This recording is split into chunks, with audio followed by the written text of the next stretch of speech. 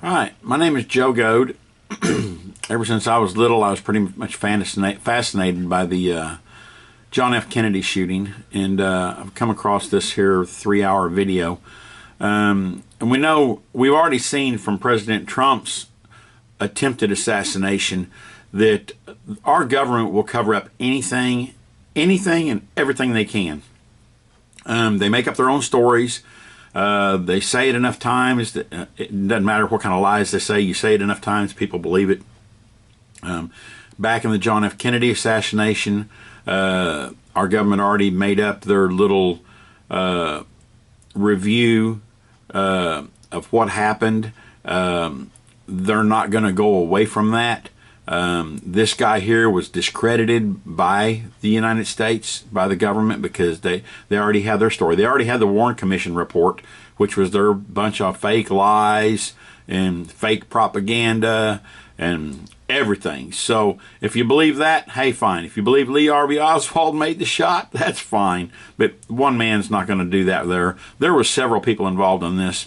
This man you're looking at here, his name is James Files. He actually is the one that pulled the trigger that made the headshot. According to him, he was in prison in Illinois when this interview took place. So I've got a copy of this. I'm going to play a few minutes of this. You can listen to it. If you're curious about it or want to know any more, get a hold of me. My name is Joe Goad. I am on Facebook. I have a public page. I also own STS Outdoors, Archery and Gun Store, and we'll take it from there. But here we go. I'm going to go ahead and start this and let you see a little bit of what he's saying. Hey there. And there's a gas station there. I want to say Texaco, but it could have been something else. Might even been a mobile. I'm not sure now. But they had a car there. This is where they told me to stop. This is where he told me he would be getting out at. You know, to go down here, we got a car waiting for us. And I drove down there. They opened the door. They got out. They started walking across the parking lot. Now this is before? This is after the assassination. After. This is after the assassination. Before. You said you didn't let them off at the Dallas. And I took Charles Nicoletti back to the Dallas Cabana to meet with Johnny Roselli. Okay? After you walked around Dealey. After we walked around Dealey Plaza. There's still another hour to go probably before the assassination is going to go down. Make that statement. Okay. After we walked around for about an hour, I took Mr. Nicoletti. After we walked around the plaza, I took Mr. Nicoletti back to the hotel, let him out of the vehicle. He went up and got with Johnny Roselli. I took the car back to secure it where it's supposed to be, make arrangements, and he asked me, what if you can't get a parking space there? I told him, don't worry, I'll have a parking space. If I have to, I'll steal a car and move it out of there. I said, we'll be parked there, just look for the car. And at this point, he told me, he said, when we come out, he said, I want the car close so I can get in it right away. But he'd be carrying a rifle underneath his top coat, like his jacket, his top coat. And he would come out of there and secure that in the trunk. He'd put it in the trunk. So now I'm going to fast forward it just a little bit. Close the trunk. Johnny get in the back. Johnny Roselli get in the back seat. He'd get in the passenger side. I'd come walk. And when I heard the roar of the crowd, I'd been over by the fence, and I got there a few minutes early. I'd reach down. I'd taken the scope off the weapon, and I'd look up, and I'd look over the fence, and I would looking for people. What I was looking for was not to see who I knew, but I was looking for people that would be carrying a bulge like up under the arm. I'm looking for somebody with a weapon. This way I have an idea. For security people? I'm looking for security people. Cops, undercover, security, off-duty, whoever might be carrying a weapon. Bulging along their hip, behind their back, like I say, under the arm of the shirt. I stayed away from the fence. I stayed basically in the yard, walk over the fence, look over it, spend a minute, then walk back away again. And I was observing the area. Were you a smoker at the time? Oh, yes, I did smoke. Were you smoking cigarettes that morning? I had smoked that day. Careless. I probably stepped on several cigarette butts and left them there. Most of them Pall Mall. Was it muddy back there? It was very muddy. Let me put it this way. I a couple of times even took my shoes, put them up on the little concrete ledge and scraped the mud off the bottom of them. What clothes was Frank Sturgis wearing? I don't remember exactly the clothes. I remember he had on like a bomber jacket. Remember the World War II bomber jackets the pilots used to wear? He was wearing one like that. Like that, like the one you got right there. His had the brass buttons on it. I remember that. You can see that flashing, you know. Which location of Biggie Blondes was he standing? I was where you got the concrete steps that go down by the pergola there, and between the pergola and the stockade fence, you got a set of concrete steps that go down. I was to the right of those. Draw me a map.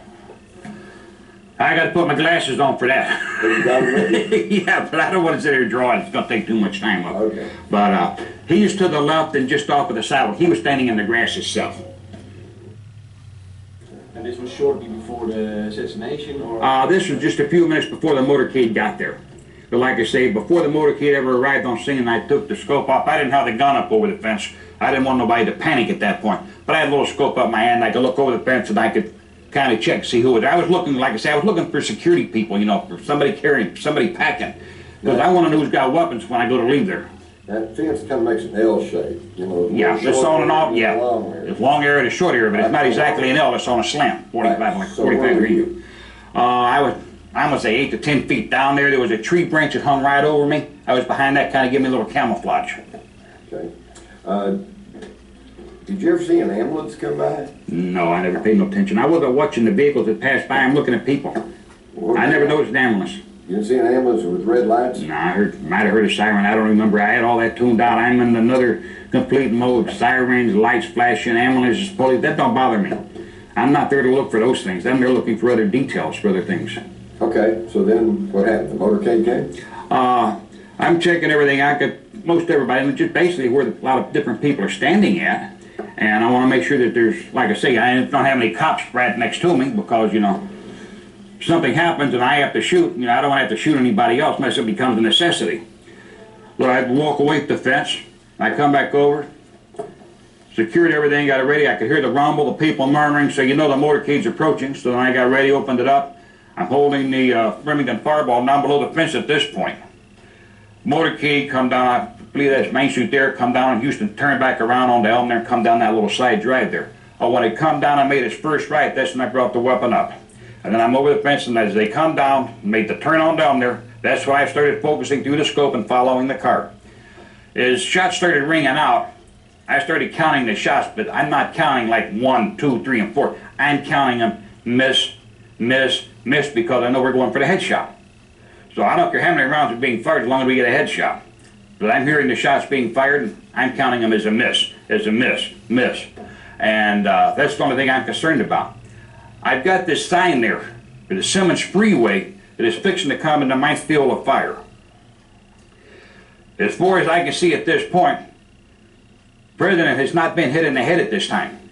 I've seen the body lurch. I know he's been hit. How serious, I don't know. But my last instructions was we're going for headshot. If you have to take a shot, take it. But don't fire unless it's a necessity, unless you really have to. He said, Jimmy, don't fire unless you have to. We want everything from the backside. I'm not asking why. Okay, whatever you say. At this point, as it starts to approach and come behind that freeway sign, and I've already been instructed not to hit anybody but Kennedy because they didn't want Jackie getting hurt or anybody else, I'm fixing to lose my field of fire. And at this point, either I shoot or I can put it in a suitcase and leave. One or the other. I took the shot. I fired one shot only. And where were you aiming? Well, I was aiming for his right eye, which to me is the left side of his head looking head on. But for him it would be his right eye, and once I pull the trigger, I'm right in on it, and it's almost like looking 6 feet away through the scope. As I squeezed, take off my round, his head moved forward, I missed, and I come right along the temple, just right behind the eye. Here in the hairline? No. All right. Well, I'm not sure because I can't see the penetration. I know I hit him right here. I know I hit behind the eye. Somewhere within a half-inch diameter right there, say. But, So two shots almost simultaneously. You think you got hit as you were screaming? what I believe is this, and I got my ratings as marksman. I'm a good shooter. Always was. And I'm not bragging on myself, don't get me wrong, but that's what got me my start with David Phillips because of something that I did in the service, and I made a mark there, and it's on record and it's recorded for headshots for what I did and the things that I did. But anyway, make a long story short, as I was preparing to squeeze off my round, Kennedy's head moved forward just as I squeezed. It was already in process, the head started forward.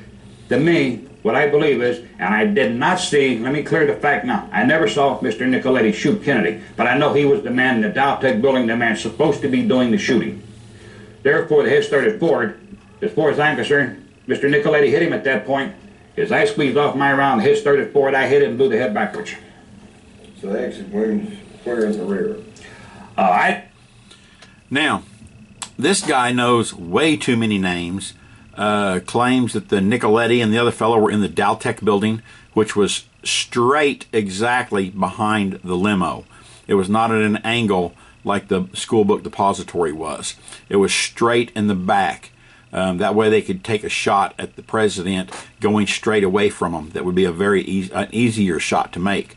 That is the shot that evidently hit President Kennedy in the back and come out his neck. Evidently that bullet might be the same bullet that went through the front and hit Governor Connolly. We all know that our government will do anything they can to make it look like they want it to look. This was all a complete cover-up. This is a 3-hour video. This man is still alive. James Files. He is still alive because they completely discredited him. Now, anyone that was involved, all the people and all the names of all the people in this whole video, this 3-hour video interview, they're all gone. Basically, James Files is the only one left. But if anyone wants anything to do with this or wants to watch it or wants to contact me about it, feel free to give me a call or come by my store. Anyways, thank you very much. I hope you like it.